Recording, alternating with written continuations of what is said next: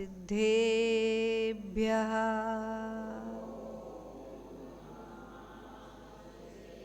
ॐ नमः सिद्धेभ्यः।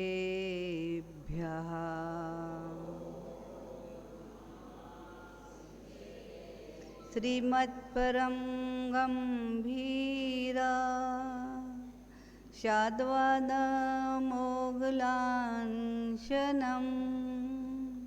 जिया त्रैलोक्यनाथाय शासनं जिनशासनं शासनं जिनशासनं नमो अरिहन्ताणं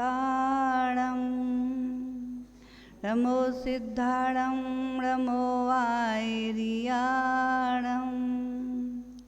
नमो वज्रायाणं नमो लोये सवसाहुणं।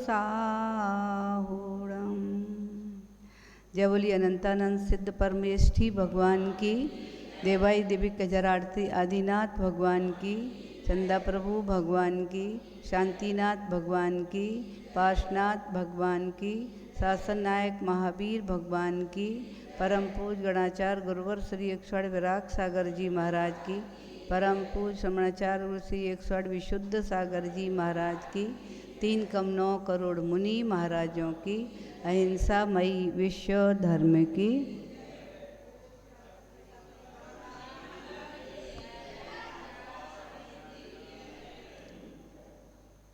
वर्तमान शासन नायक वर्धमान स्वामी की शरण निष्ठा में, मूल नायक पार्श्वनाथ स्वामी की शरण निष्ठा में हम सभी विराज कर उनकी पावन अमृतमयी वाणी का रसपान कर रहे हैं।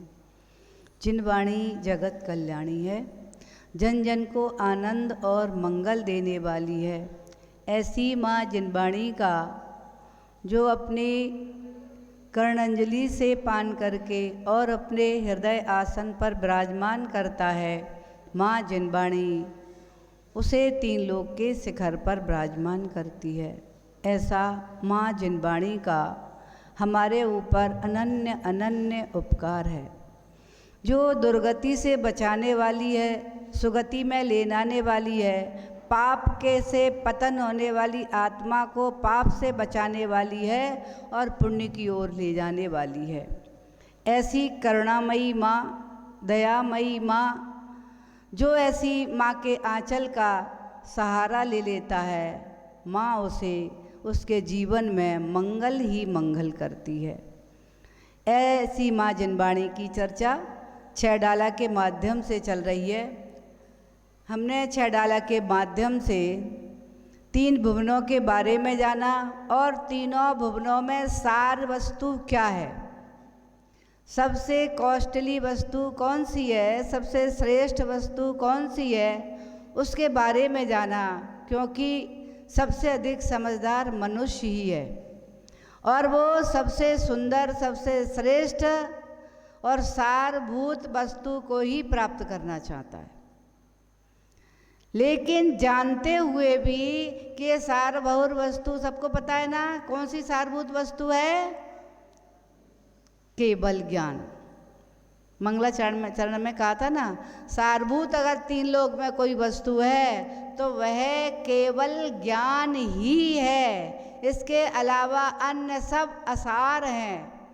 जब हमने इसको समझ लिया, जान लिया कि ये सारभूत वस्तु है और जो भी कोई भी कार्य आप करते हो तो उसमें सार को पहले प्राप्त करना चाहते हो, चाहे वो आटा हो उसका भी सार ग्रहण करते हो, चाहे दूध हो उसका सार ग्रहण करना चाहते हो, चाहे तिल्ली आदि हो उसका सार ग्रहण करना चाहते हो, तो फिर संसार के सार को ग्रहण करने की आपकी इच्छा है कि नहीं?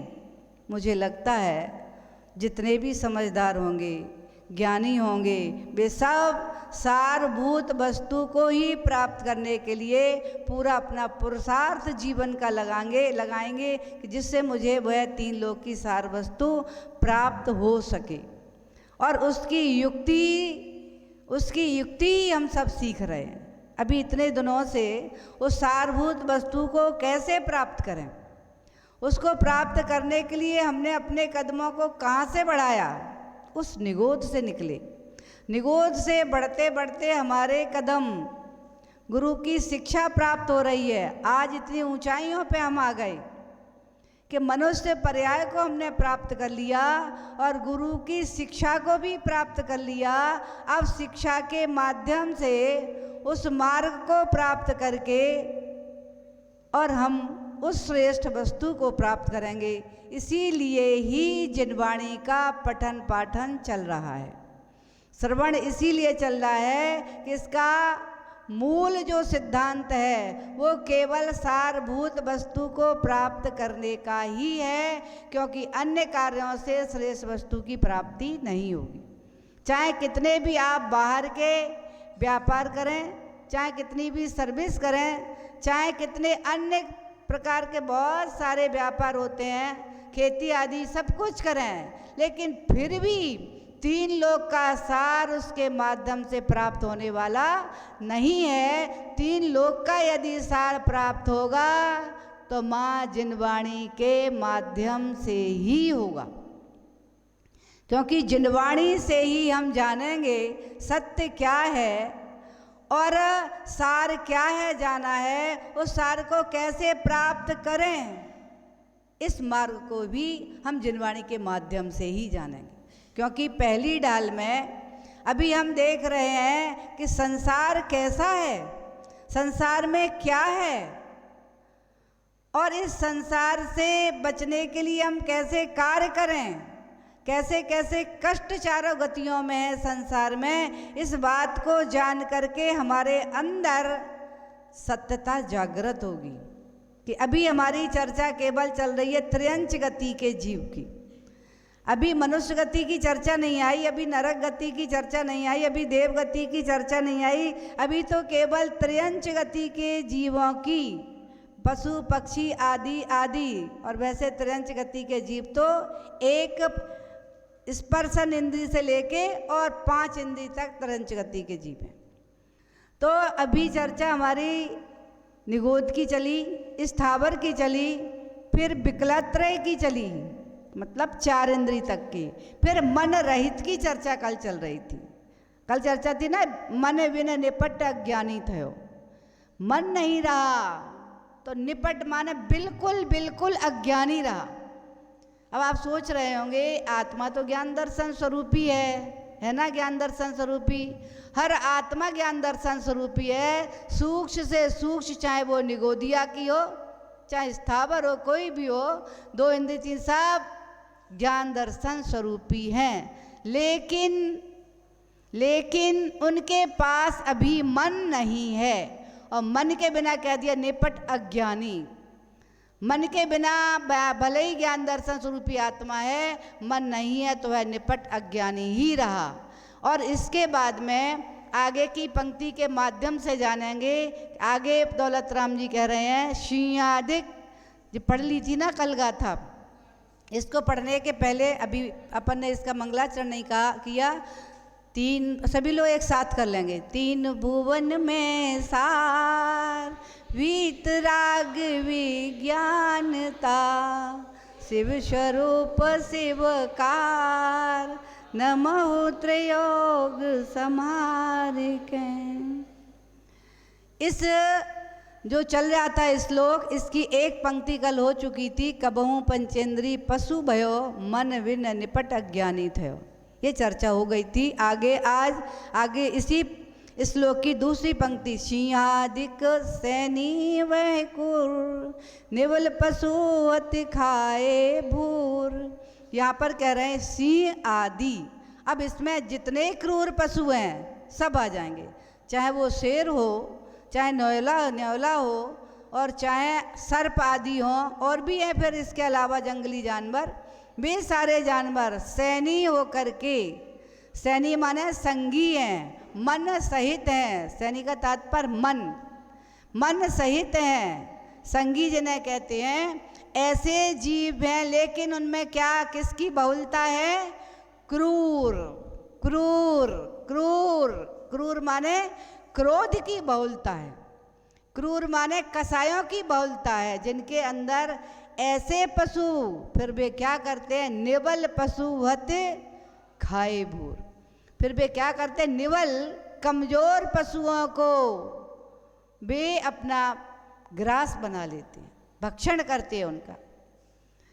जो सबल होता है ना, शक्तिशाली होता है, वह जो कमजोर लोग होते हैं उनको दबाता है कि नहीं दबाता। लौकिक में भी देख लो, यहाँ भी देख लो, मनुष्य में भी देख लो, चाहे वह राष्ट्र हो, अंतर्राष्ट्रीय जगत में देख लो, जो थोड़ा कमजोर होता है उस पर चढ़ाई कर देते हैं, उसके ऊपर उससे झगड़े आदि करते हैं। तो ऐसा जो कमजोर समझ में आता है उसके ऊपर ही अधिकार जमाना चाहते। ऐसे ही यहाँ पशुओं की चर्चा कर रहे हैं, पशु हो गए, मन भी मिल गया, लेकिन क्रूरता के कारण कसाय के बसीस हो करके वे अपने से कमजोर जो हैं। अब किससे कौन कमजोर है, जंगल में शेर रहता है और शेर से हाथी भी कमजोर है, क्योंकि हाथी में जो बल है उससे अधिक सिंह में बल है। तो शेर हाथी पर भी वार करके और हाथी के गंडे स्थल को फाड़ करके और मुक्तामणियों को निकाल करके दिया। तो यहाँ यही करे, सैनी वही क्रूर निवल पशु हति खाए भूर। जो उनसे निवल कमजोर पशु हैं उन पशुओं का भक्षण करे। शेर जंगल में क्या खाता है, क्योंकि मांसाहारी है, उससे अपने से कमजोर हिरण आदि, रोज आदि ऐसे जो पशु रहते हैं उनको मार मार करके खाते रहते हैं। ऐसे पशु अब उनसे कमजोर और होंगे, उनसे कमजोर और एक दूसरे से कमजोर। सबसे कमजोर जैसे श्वान से कमजोर बिल्ली। तो जब श्वान बिल्ली को देखता है तो उसकी ओर दौड़ता है, देखा होगा ना। और बिल्ली से कमजोर चूहे, तो बिल्ली हमेशा चूहों को पकड़ने के लिए दौड़ती है। तो एक दूसरे से शेर को देख करके हिरण दौड़ते हैं, और इसके अलावा गाय आदि आदि जो जानवर हैं वे सब उससे शक्ति में कमजोर हैं, तो वे सब शेर को दहाड़ से ही भागते, देख करके ही भागते हैं शेर को। तो ऐसे पशुओं को शेर भी जंगल में उसे अगर जानवर नहीं मिलता तो वह गांव में आ जाता है, और गांव में जो जानवर मिलते, गाय मिली, बकरी मिली, श्वान मिला, जो मिलते वो जंगल गांव में आकर के भी। हम लोग कहाँ गोमटेश में थे, गोमटेश में जो चंद्रगिरी पर्वत है वहाँ पर चीते रहते थे, और वे चीते जब उनको ऊपर कहीं भोजन नजर नहीं आता था तो रात्रि में वो पर्वत के ऊपर से रोड पे आ जाते थे, और रोड पे आकर के कभी बकरी को ले जाते थे, कभी श्वान को, सोते हुए श्वान को पकड़ लेते थे। तो लोग बताते हैं जब वहाँ पर उनको ऊपर भोजन नहीं मिलता था तो वो सड़कों पर आकर के भी अपना, क्योंकि मांसाहारी होते तो वो जीवों को ही खोजेंगे और कमज़ोर जीवों को खोजेंगे।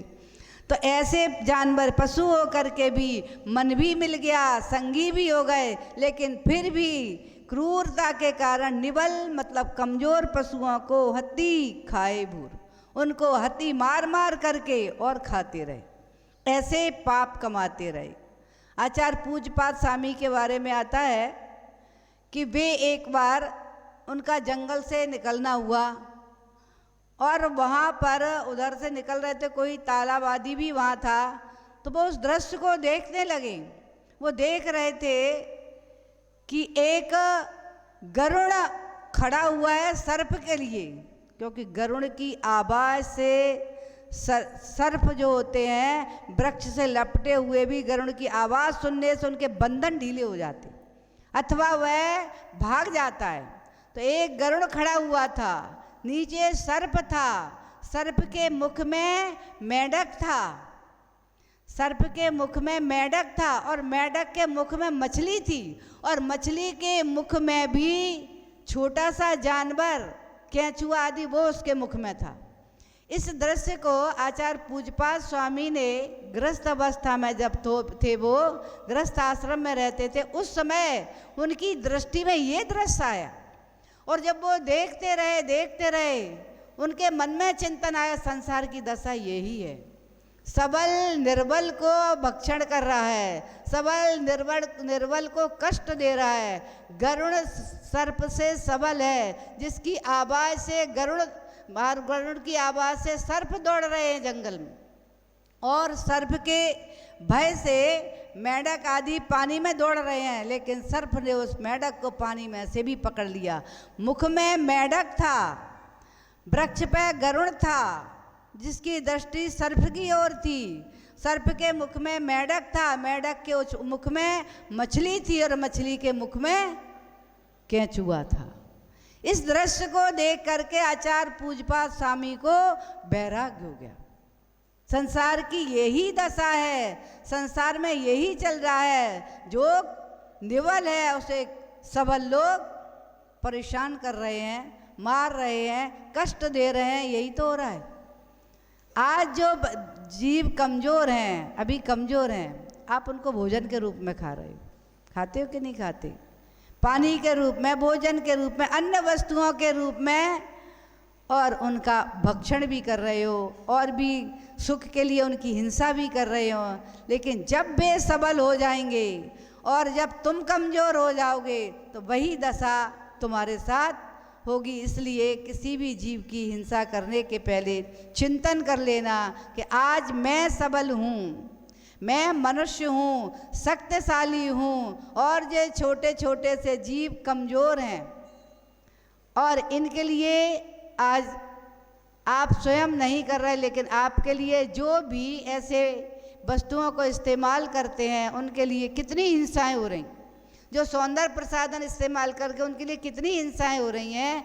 और जो ऐसी वस्तुओं के इस्तेमाल करते हैं, किसी के भी रूप में करते हो, वो चाहे भोजन के रूप में आप बस जीवों का भक्षण कर रहे हैं। मैंने कल डिटेल में बता दिया था, सभी में नमक भी अवक्ष ही है, ध्यान रखें, नमक सर्वथा अवक्ष है। और जो समुद्री नमक होता है, शायद बहुत सारे लोग घर में तो व्रती नहीं है तो समुद्री नमक खाते हो ना, समुद्री नमक जो गोल गोल गोल गोल आते हैं, वो समुद्री नमक कहलाते हैं। मैंने उनको अपनी आंखों से बनते देखा है। इधर राजस्थान में नावा सिटी शायद बहुत बड़ी बड़ी झीलें जिनमें पानी भरा रहता है, और उनमें वो क्यारियाँ बना, क्यारी जैसे वृक्ष में छोटे पौधों की क्यारी, ऐसी क्यारियाँ, बड़ी बड़ी क्यारियाँ बना करके पानी को वहीं जमा देते। जमता है पानी, क्योंकि नमक होता है तो जमेगा, और जब जम जाता है तो उसको फिर निकालते हैं, और निकाल करके उसके वहाँ मशीन आदि के द्वारा टुकड़े करते हैं, तो वैसे ही गोल गोल छोटे छोटे बड़े बड़े सब प्रकार के टुकड़े हो जाते। उन झीलों में इतनी बड़ी असंख्यात मछलियाँ रहती। वहाँ के इस दृश्य को मैंने अपनी आँखों से देखा, और वो नमक बनते हुए निकालते हुए भी देखा। और ऐसे ही ये तो यहाँ झीलें हैं पानी की, क्योंकि वहाँ पर क्या है, उधर सारा पानी खारी, कुचामन सिटी, नावा सिटी, सावर वगैरह जो इधर ऐसे गांव नगर हैं, वहाँ पूरा पानी खारा ही है। तो वहाँ के लोग पानी को पीते नहीं हैं। वहाँ पानी की व्यवस्था या तो बाहर से किसी उससे डैम वगैरह से पाइप पड़े हुए हैं, अथवा वो लोग टांकी का पानी पीते हैं। बरसात के पानी को इकट्ठा कर लेते हैं, और उसको वो जिन घरों में उन्होंने अपने बहुत टांकियाँ बना रखी हैं, जिसे कहते हैं बड़े बड़े, जिनको पक्के बिल्कुल, और उनमें सारे घर का छत का पानी आता है। वो भर करके उसी में वो चूना वगैरह की बोरियां डाल देते, उस पानी को पीने में यूज करते। बाकी वहाँ बहुत खारा है, ऐसा लगता है पानी नमक ही पी रहे हैं। उसको जला करके ऐसे जमा करके नमक तैयार। ऐसे ही समुद्र के किनारों पर, वहाँ पर भी पानी को क्यारियाँ बना बना करके उस पानी को जमाया जाता है। अब जब जमाया जाएगा तो उसमें मछलियाँ होंगी कि नहीं होंगी, पड़ेंगी कि नहीं? वे सारी मछलियाँ नमक बनने से नमक के अंदर गल गल करके और पानी हो जाती, गल के। क्योंकि आपने जहाँ देखा होगा मोमडम वगैरह में दफनाया जाता है तो वहाँ नमक ही डाला जाता है, जिससे हड्डियाँ वगैरह सब गल जाती। वैसे ही वे सारी मछलियाँ उस नमक में गल करके और पत्थर में मिल जाती। एक बार तो घटना घटी, मुंबई की घटना है। क्यारियाँ बन रही थी, क्यारियों में पानी जमाया जा रहा था। वहीं पर जो वर्कर काम करते हैं उनका कोई एक बालक था, कोई बालक उस क्यारी में गिर गया, और गिर करके, अब बड़ी बड़ी क्यारियाँ, छोटी छोटी इतनी ऊंची गहरी गहरी क्यारियाँ, और गिर के वो उसमें डूब गया और किसी की को उसकी आवाज़ वगैरह नहीं सुनाई दी। जब नमक जम के तैयार हो गया, बालक को खूब खोजा गया। 10-11 वर्ष का बालक था। खोजते खोजते दिन बीत गए, कई महीने बीत गए। जब वे क्यारियाँ तैयार हुई जम करके, नमक को खोद खोद करके निकाला गया, तो उसमें उसके जो वस्त्र थे वे गले हुए वस्त्र के चिथड़े चिथड़े निकले, जिस कलर के। उससे पहचाना गया कि जो बालक खो गया था वो इस क्यारी में गिर करके मरण को प्राप्त हो गया और उसकी सारी हड्डियां गल करके नमक में मिल गईं। वस्त्र के जीर्ण शीर्ण बिल्कुल चिथड़े गले हुए उसमें प्राप्त हुए। अब आप खुद समझ लेना, ऐसे नमक को तुम चाव से खा रहे हो, उसमें क्या खा रहे हो? बताओ क्या खा रहे? हड्डियों का चूरा, मांस का चूरा बन करके वो नमक तैयार हो रहा। इसलिए ये नमक तो सर्वथा अवक्ष ही है, जिसमें त्रसजीव रहता ही है। इसलिए नमक की कोई मर्यादा नहीं है।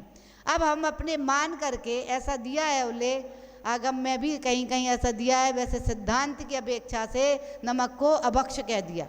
नमक अवक्ष ही है, लेकिन फिर भी मन की शांति के लिए नमक को पीस करके गरम करके ऐसा भी उल्लेख दिया है। कम से कम इस विधि से आप छोड़ना तो है नहीं है, खाना ही है, तो भैया ये विधि करके उसको अचित्त कर लो।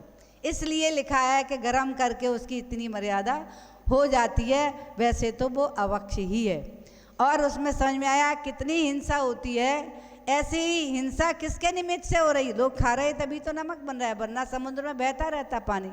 पशु जो छोटे छोटे जानवर वो भी बहते रहते उसी में अपना जीवन बिता रहे थे। लेकिन किसके लिए? मनुष्य के लिए, जानवरों के लिए नहीं, छोटे जीवों के लिए भी नहीं, पशु पक्षियों के लिए भी नहीं, केवल मनुष्य की रसना इंद्री के लिए ही ये सारी हिंसा हो रही है। इसके अलावा आपको मैंने ये बता दिया, सौंदर्य प्रसाधन की अपेक्षा से कोई ऐसे वस्त्रों को पहनता है, उनके माध्यम से जो उसके रेशम के कीड़े के, ये भी दृश्य मैंने अपनी आँखों से देखा। मैसूर साइड जो रेशम की, प्योर रेशम की जो साड़ियाँ या वस्त्र बनते हैं, जिनके कुर्ते आदि भी बनते हैं, वो रेशम वहीं तैयार होता है। और वे कीड़ों को, छोटे छोटे कीड़े इतने बड़े हो जाते हैं, उनको भी हम लोगों ने अपनी आँखों से देखा। इतने बड़े उनका वो खिला खिला के, उनको जो पत्ते खिलाए जाते हैं, उनको खिला खिला करके वो इतने बड़े बड़े, उनका सारे शरीर में उनका मुख भी बंद होता चला जाता है। और जब उसका मुख बंद होने पे आता है, वही फिर जब कीड़े रस देना बंद, रस देते रहते, उस रस से वो कपड़ा बन, वो कॉटन बनता रहता है उस रस से।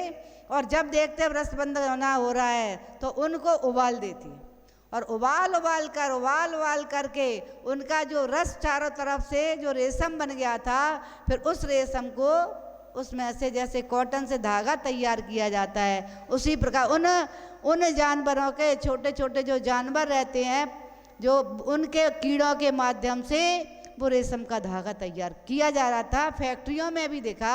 और फिर उससे जो कॉस्टली कुर्ते साड़ियाँ आदि आती हैं, कोसा आदि की, बेंगलोरी आदि जो कॉस्टली आती हैं, वो उन कीड़ों के माध्यम से तैयार होती हैं।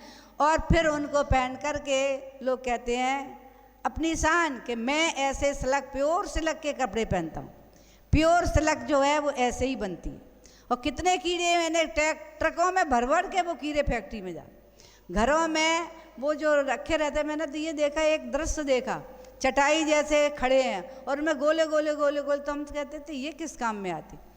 तब जो साथ है वहाँ के लोग थे, बोले माता जी दिखाएंगे हम आपको। फिर वहाँ उन्होंने दिखाया कि ऐसे कीड़े इसमें घूमते रहते हैं, उनका भोजन के लिए पत्ते डालते रहते हैं, खिला खिला करके इतना सा कीड़ा इतना बड़ा हो जाता है और पूरा उस रस से अपने शरीर से ही पूरा घिरता चला जाता है। इतनी सी जगह में से वो रस निकालता रहता है और वो भोजन करता है। जब वो भी बंद होने को आता है तो उसी समय वे लोग उन कीड़ों को पानी में, खौलते हुए पानी में उबालते हैं।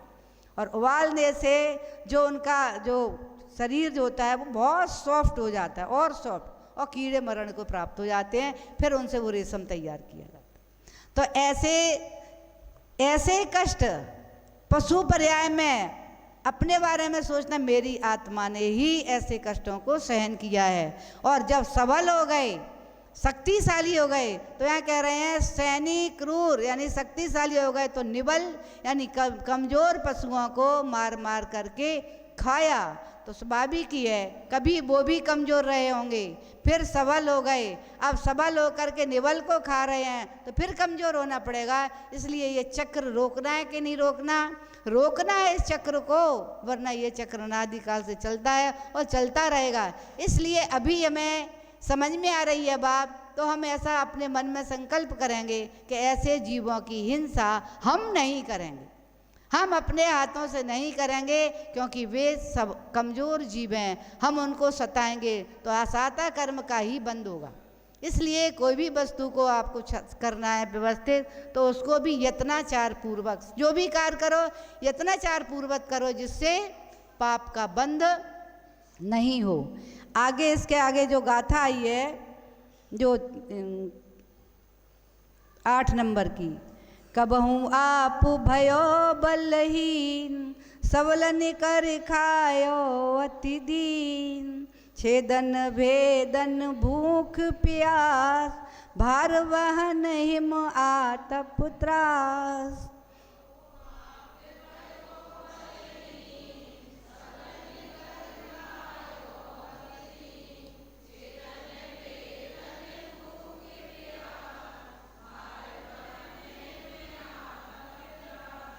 अब कभी पुण्य योग से वीर अंतराय कर्म का क्षयोपशम बढ़ा और शक्ति मिल गई, इसलिए कह रहे हैं कबहू आप जीव कैसा हुआ?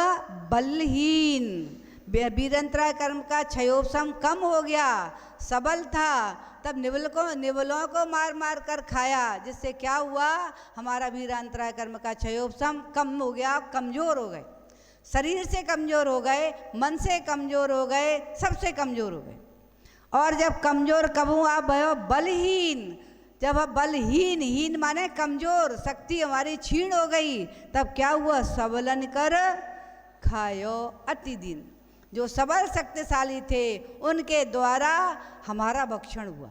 ऐसे ही तो चल रहा है चक्रीय, अनादिकाल से संसार चक्र ऐसे ही चल रहा है। कभी शक्तिशाली हुए तो कमज़ोर लोगों को भक्षण किया, कभी कमज़ोर हुए तो शक्तिशाली ने भक्षण किया।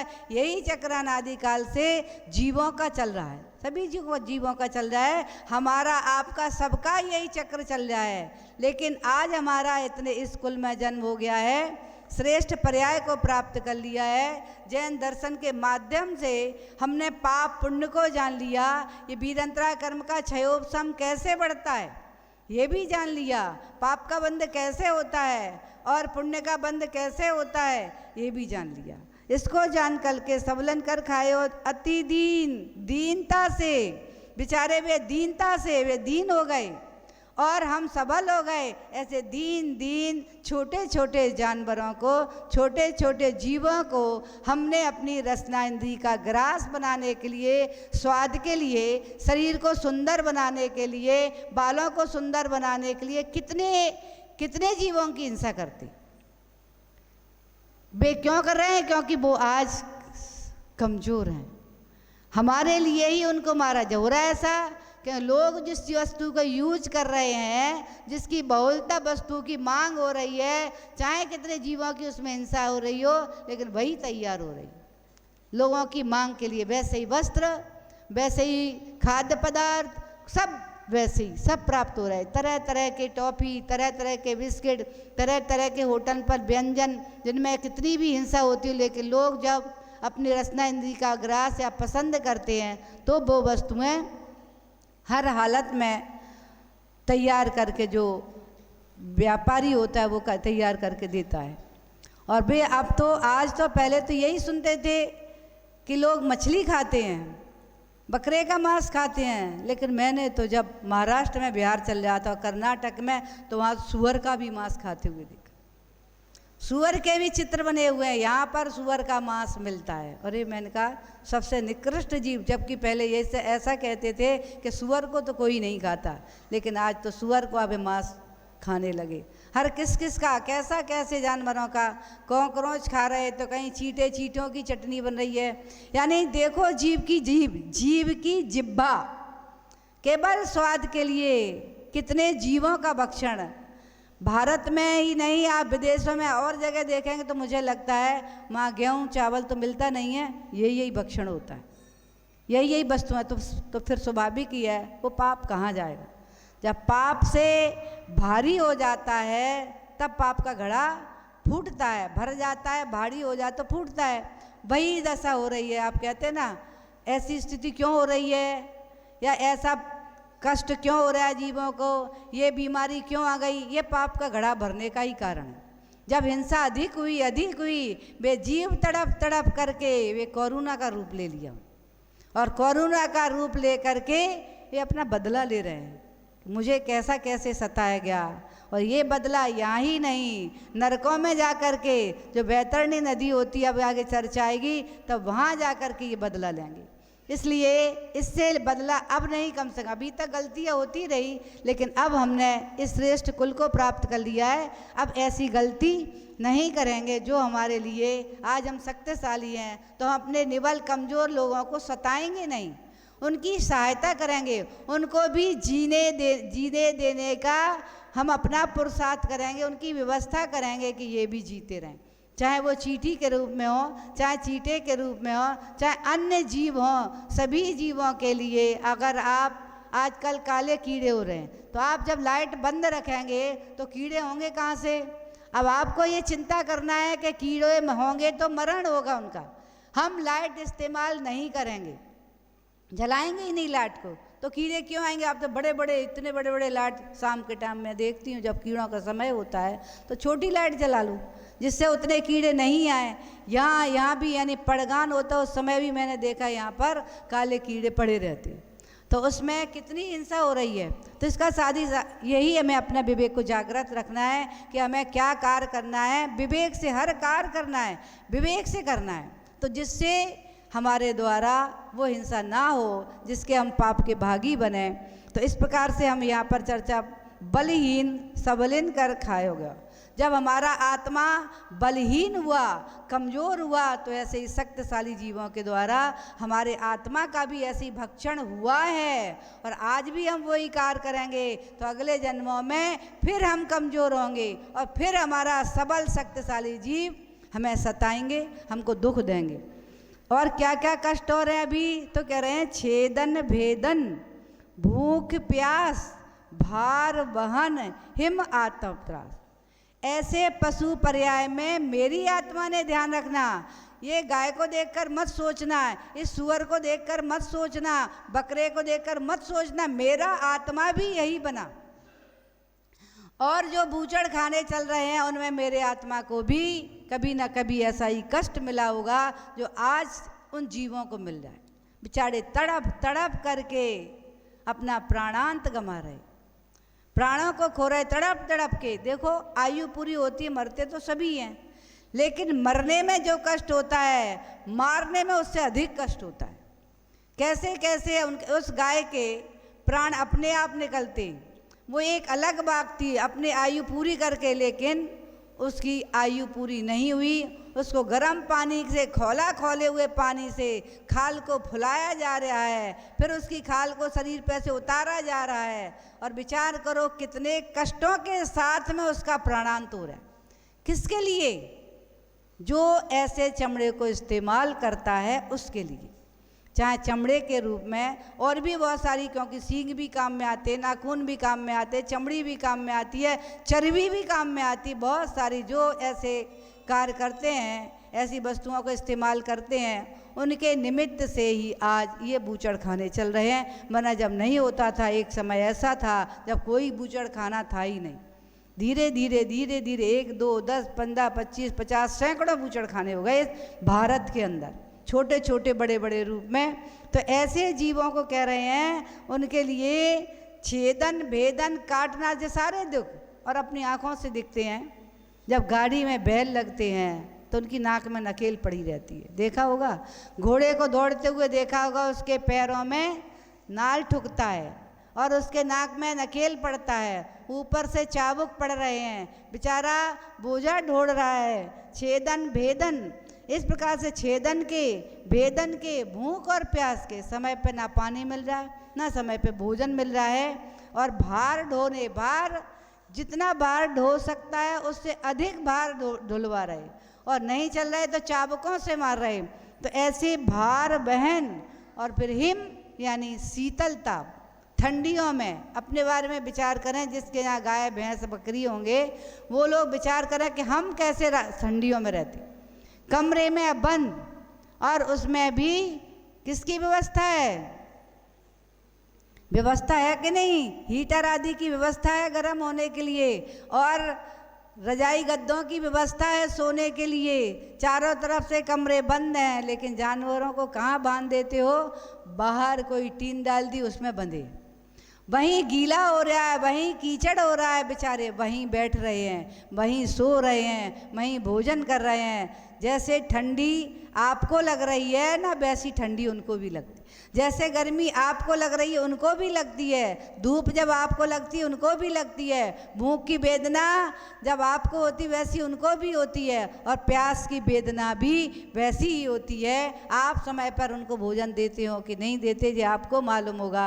अगर नहीं देते, नहीं ध्यान देते इन बातों का, तो बेचारे कष्ट भोग रहे हैं, दुख उनको हो रहा है, उसके बाद में भी उनको डांटा जाता है, मारा जाता है, जबकि आप उनसे लाभ ले रहे, दे क्या रहे हो, पेट भर के भोजन नहीं दे रहे, सोने के लिए समय नहीं मिल पा रहा, बैठने के लिए स्थान नहीं व्यवस्थित दे रहे, ठंड से बचने की व्यवस्था नहीं दे रहे, बेचारे बेपशु कैसे तड़प तड़प करके अपना जीवन बिता रहे हैं, और तुम्हारी सेवा कर रहे हैं, कभी बिजनेस तुम्हारा करा रहे हैं, व्यापार करा रहे हैं, कभी तुम्हें खाने पीने को दे रहे हैं।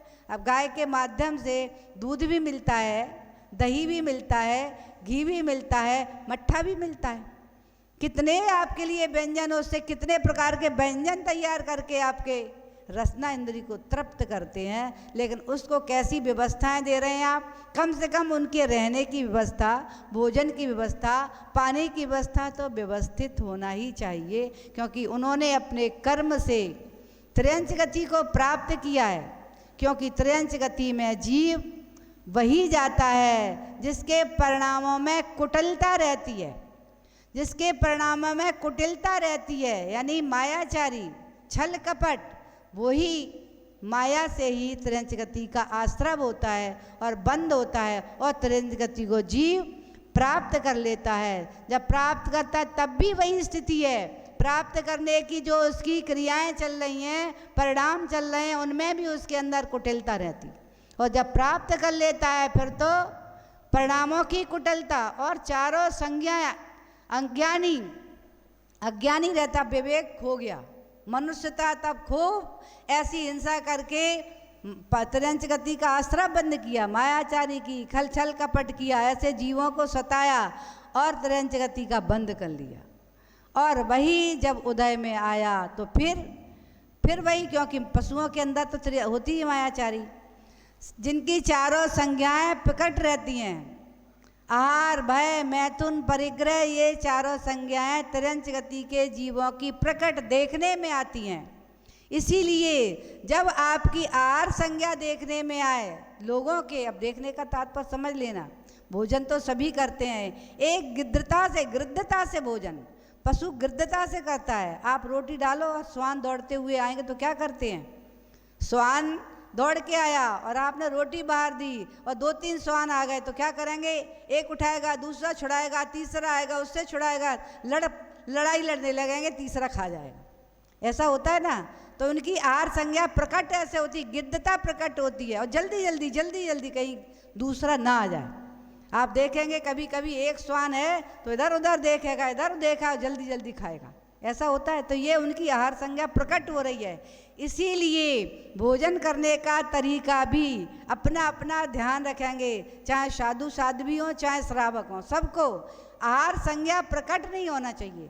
भोजन कर रहे हैं, सब देख रहे हैं, ये तो ठीक है, लेकिन गृद्धता पूर्वक कोई स्वादिष्ट वस्तु मिली जल्दी खाने लगे, अच्छी लग रही जल्दी खाने लगे, जो अच्छी नहीं लग रही और धीरे धीरे आराम से, अच्छी नहीं लग रही, इसमें नमक ही नहीं है। सबके लिए मैं कह रही हूँ, मनुष्य हो चाहे साध्वी साधु हों, नमक नहीं आया अंजलि में तो इच्छा नहीं हो रही खाने की, थोड़ा थोड़ा ले रहे हैं, नहीं इच्छा हो रही खाने की, भूख तो लग रही लेकिन बिना नमक होने के कारण नहीं खा रहे। संज्ञा प्रकट हो रही है कि नहीं हो रही? आपने जाना कि माता जी ग्रास नहीं ले रही, सब्जी नहीं ले रही, इसका कारण है इसमें नमक की कमी है। ये संज्ञा प्रकट हुई तो समझ लेना, चाहे साधु हो चाहे श्रावक हो, उसकी आहार संज्ञा प्रकट हो रही है। कौन की, किसकी होती है आहार संज्ञा प्रकट? अभी मैंने कहा किसकी होती है? त्रियंच की, जीव की होती है। और समझदारों की होने लगी तो फिर त्रियंच में और मनुष्य में अंतर ही क्या रहेगा? दूध में शक्कर नहीं है, 2-3 अंजलि लिया छोड़ दिया। क्यों छोड़ दिया? समझ में आ गई ना आपके कि शक्कर नहीं है, डालो जल्दी से, संज्ञा प्रकट हो गई। कोई भी वस्तु अगर कोई भी श्रावक या साधु ऐसा करता है तो आप विचार कर लेना कि मेरी प्रवृत्ति, मेरी आहार संज्ञा कैसी हो रही है? पशुओं जैसी हो रही है। वह पशुओं जैसी जो प्रशस्त होना चाहिए आहार संज्ञा वो नहीं है, अब प्रशस्त हो रही है पशुओं जैसी।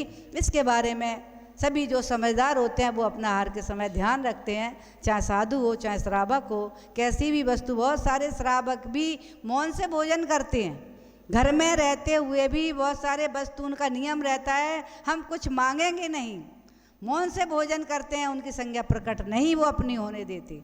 और जो बोल बोल करके तो वो कहते जा रहे हैं इसमें नमक नहीं है, इसमें खट्टा नहीं है, इसमें मिर्ची नहीं है, और ले आओ। संज्ञा प्रकट हो रही है कि नहीं हो रही? मुंह बना रहे हैं, खराब बना दी है, अच्छी नहीं बनाई, संज्ञा प्रकट हो रही। इसको मीठा नहीं किया, और डालो, संज्ञा प्रकट हो रही। चिंतन करना, ये प्रवृत्ति कौन सी है? किसकी प्रवृत्ति है? ये पशुओं की प्रवृत्ति है। आहार भय, जल्दी जल्दी थोड़ी थोड़ी बात में भयभीत हो गए, फिर भयभीत हो रहे जल्दी। जैसे पशु एकदम भयभीत होता है, खाते समय में ही भयभीत रहता है, ऐसे जो भयभीत हर वक्त रहता है, ये आपकी संज्ञा प्रकट हो रही। आहार भय मैथुन परिग्रह, जो अब ब्रह्म का सेवन करते हैं अथवा ऐसे जो कार्य करते हैं, कुछ इष्ट आदि करते हैं, वे संज्ञाएं प्रकट हो रही हैं, तो ये भी पशु प्रवृत्ति है। परिग्रह संज्ञा, फिर इसके बाद परिग्रह भी संज्ञा है।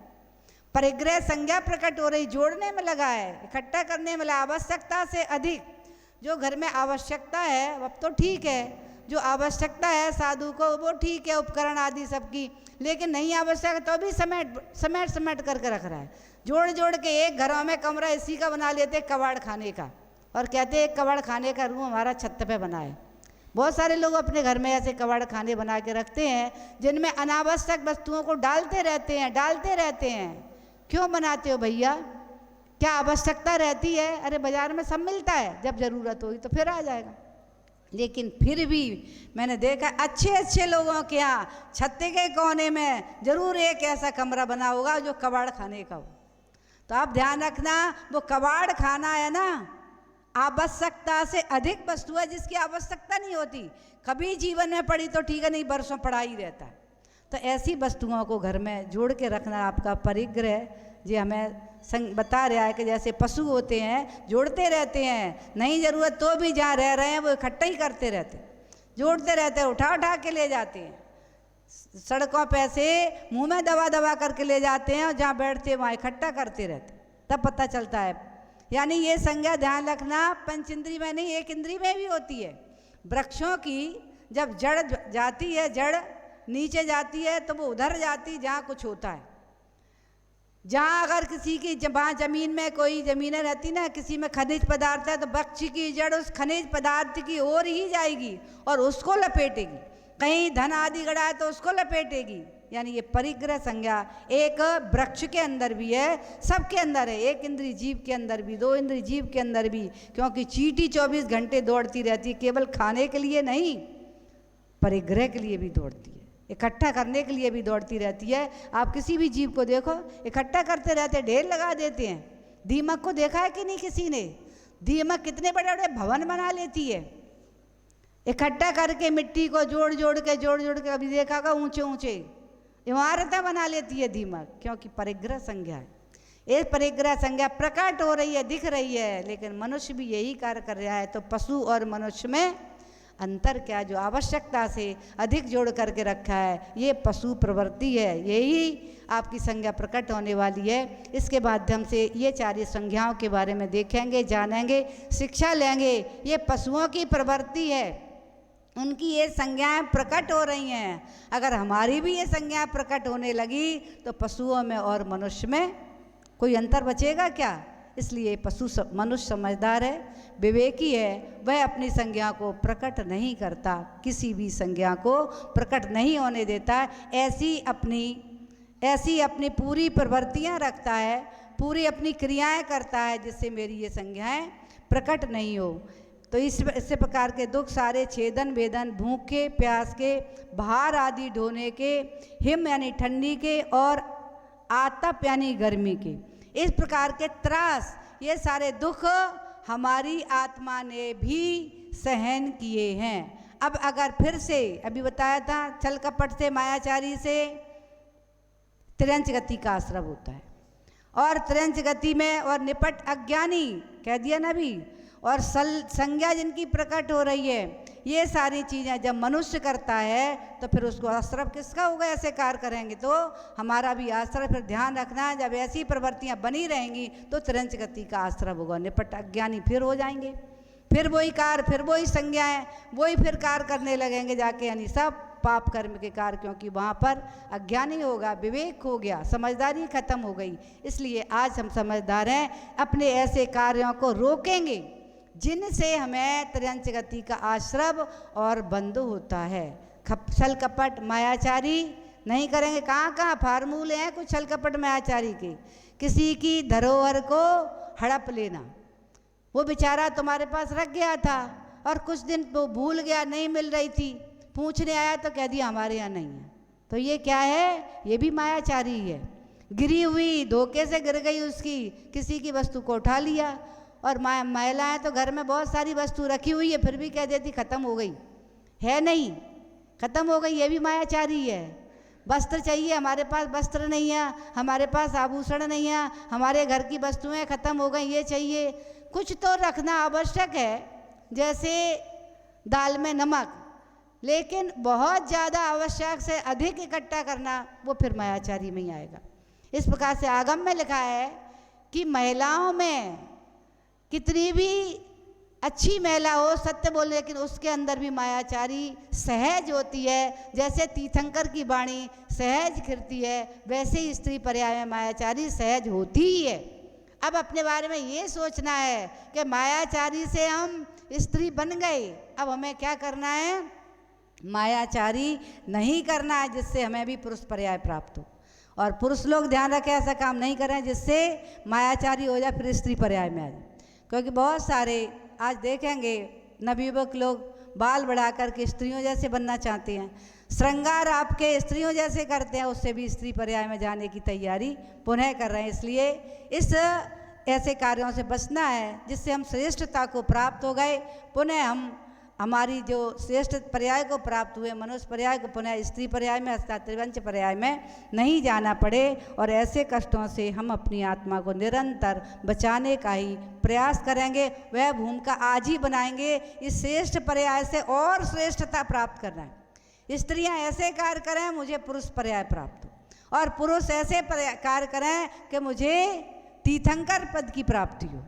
भगवत्ता केवली हम बने, क्योंकि इसी पर्याय से केवली बना जा सकता है। इसलिए इस श्रेष्ठ पर्याय प्राप्त हो गई है, उसमें ऐसे कार्य नहीं करें जिससे हम पुनः स्त्री अथवा त्रियंच गति को प्राप्त हो जाएं, और महिलाएं ऐसे कार्य नहीं करें जिससे हम मायाचारी करके और त्रियंच गति को प्राप्त हो जाएं।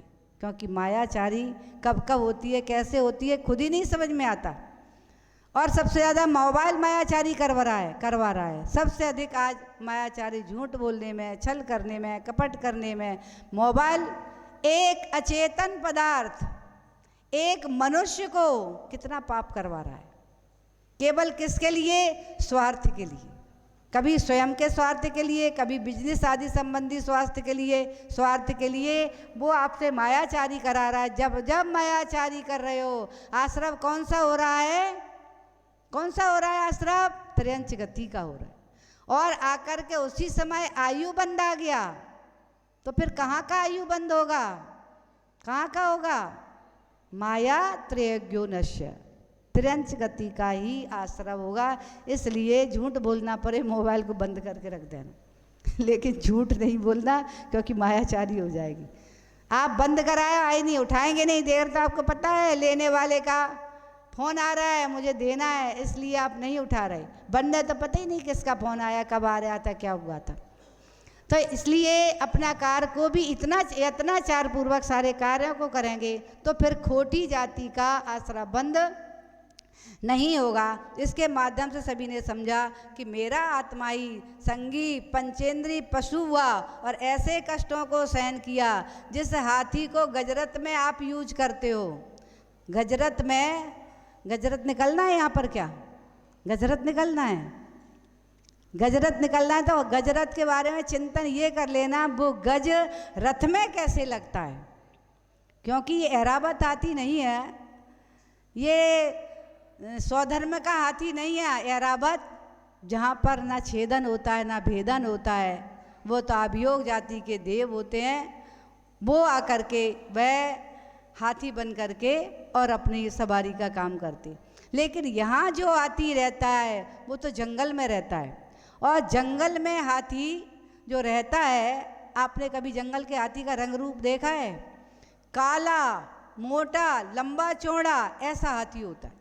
लेकिन जब उसको महावत पकड़ के लाता है तो उसके लिए एक बहुत बड़ा गड्ढा बनाता है, उसके ऊपर मचान रखता है लकड़ी का, और उसके ऊपर एक कागज की काले रंग की हथनी बनाकर रखता है, जिसको देख करके हाथी, जंगली हाथी वासना के वशीभूत होकर दौड़ करके आता है, और जैसे ही उस मचान पर आता है लकड़ी के, और जा करके गड्ढे में गिर जाता है।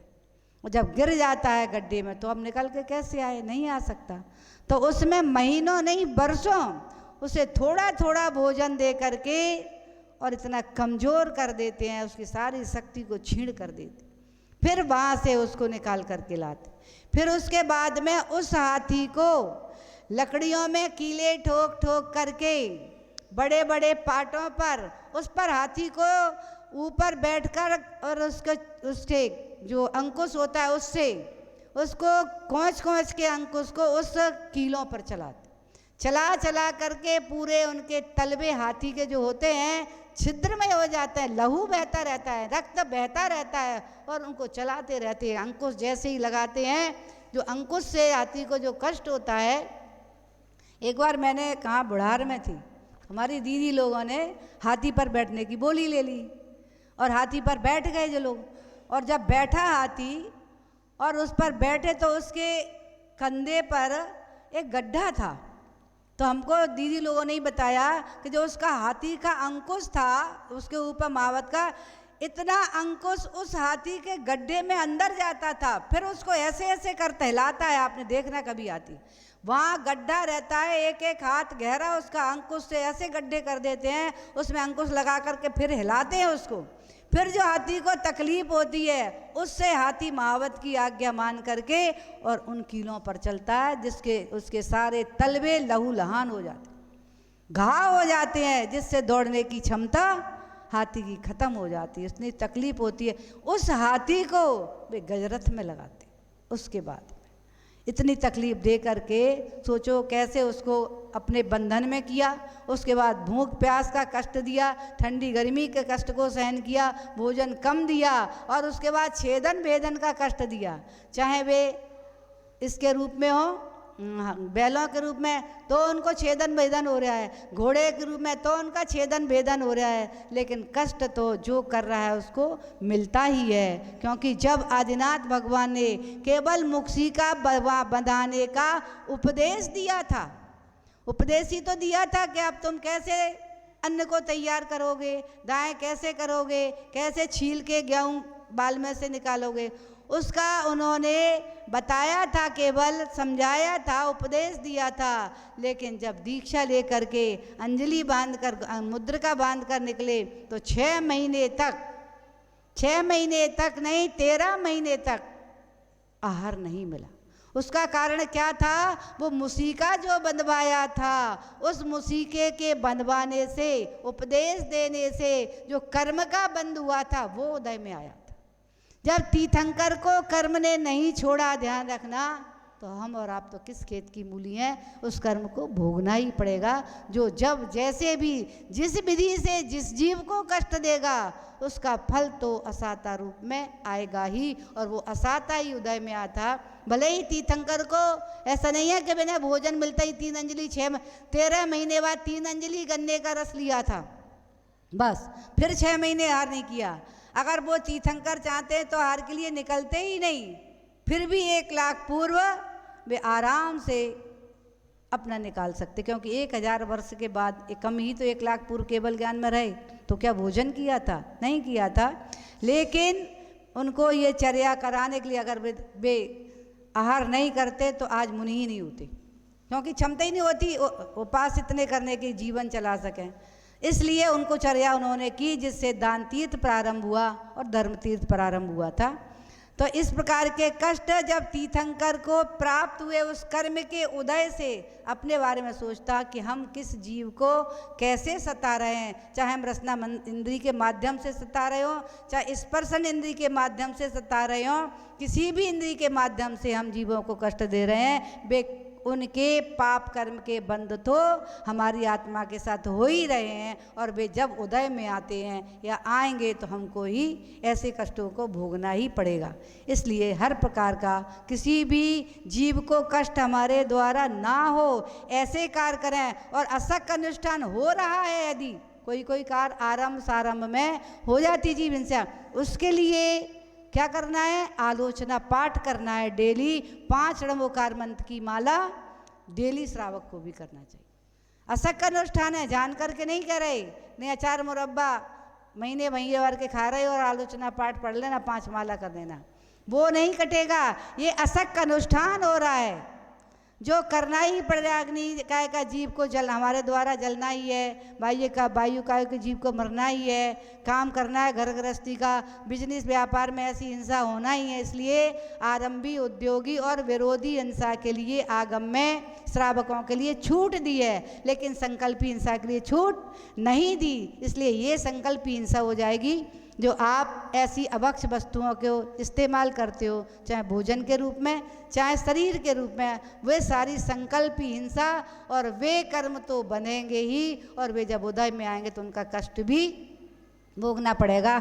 इसलिए इस श्लोक के माध्यम से हम सभी को ये सत्यता को समझना चाहिए। इसीलिए यहाँ पर दौलत राम जी ने, मुझे लगता है, छेड़ाला में सबसे अधिक वर्णन उन्होंने तिर्यंच गति के जीव का किया है, क्योंकि सबसे ज़्यादा तिर्यंच ही हैं, देखने को भी आते हैं और हैं भी हैं, और इनकी ही हिंसा सबसे ज़्यादा होती है। सबके द्वारा जो हिंसा होती सबसे ज़्यादा किसकी होती है? त्रियंच की होती, चाहे वे 1 इंद्री और वे भी त्रियंच है, 2 इंद्री, 3 इंद्री, 5 इंद्री, संगी असंगी, सब ऐसे त्रियंच जीवों की सबसे अधिक हिंसा होती है। मनुष्य की हिंसा तो होती नहीं है ना। कभी कदाचित एक्सीडेंट वगैरह हो जाती किसी के माध्यम, वो वाली बात एक है। वैसे कोई मनुष्य को या कोई हत्यारा होगा वो करता होगा, लेकिन वैसे कोई मनुष्य की हिंसा नहीं होती। सबसे अधिक हिंसा होती है तो किसकी होती है? त्रियंच गति के जीव की ही। उससे ही हमें बचने का पुरुषार्थ करना है। इसलिए अपनी सारी क्रियाएं यत्नाचार पूर्वक करना है, जिससे हम ऐसे पापों से बचें। और पुनः जिन गतियों को छोड़ करके हमने ये श्रेष्ठ पर्याय को प्राप्त किया है, अब हमें अपना डिमोशन नहीं करना, अब यहाँ से अपना प्रमोशन ही करना है। और अपनी पर्यायों को यहाँ से जो छोड़ चुके उनको छोड़कर मनुष्य पर्याय, देव पर्याय को प्राप्त करके और भगवान बनने की युक्ति को प्राप्त करके, यानी सम्यक दर्शन को प्राप्त करके अपनी इस पर्याय के माध्यम से भगवान बनने की भूमिका बनाना है। यही इस पर्याय को प्राप्त करने की हम सभी की सार्थकता होगी। जय बोलिए महावीर भगवान की।